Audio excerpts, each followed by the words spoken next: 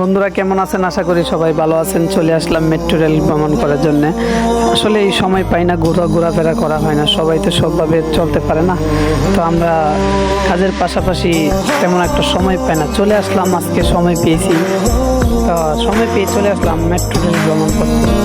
তো মেট্রো রেলে আসতেছে, সিঁড়িতে উঠতেছি, সিঁড়ির কোনো শেষ নাই, রাস্তারও কোনো শেষ নাই। তো ভিতরে আসলাম, দেখি ভালোই পরিবেশ, দেখেন বিশাল বড় ফ্যান এখানে। এইরকম ফ্যান কিন্তু বাসা বাড়িতে থাকে না। তো আমরা টিকিট কাটার জন্য সিরিয়াল ধরে দিয়েছি আমার বড় ভাইয়ের সাথেই গেলাম টিকিট নেওয়ার জন্য। আমরা সিরিয়াল ধরে দাঁড়িয়ে দেখতে পাচ্ছি না, এমন একটি সিস্টেম করেছে, এমন একটি মেশিন দিয়েছে, টাকা দিলেও টাকা ব্যাকে চলে আসে।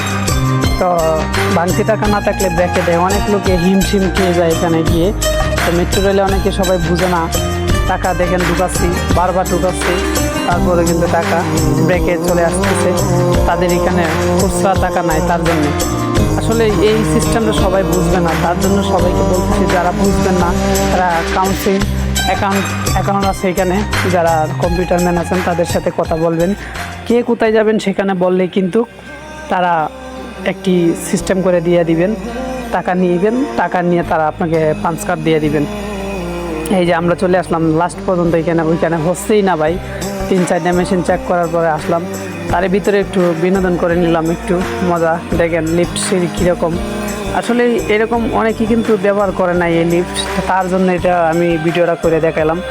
তো দেখেন লিফট সিঁড়ি কিন্তু একটি সিঁড়ির মধ্যে দাঁড়াইলেই হবে।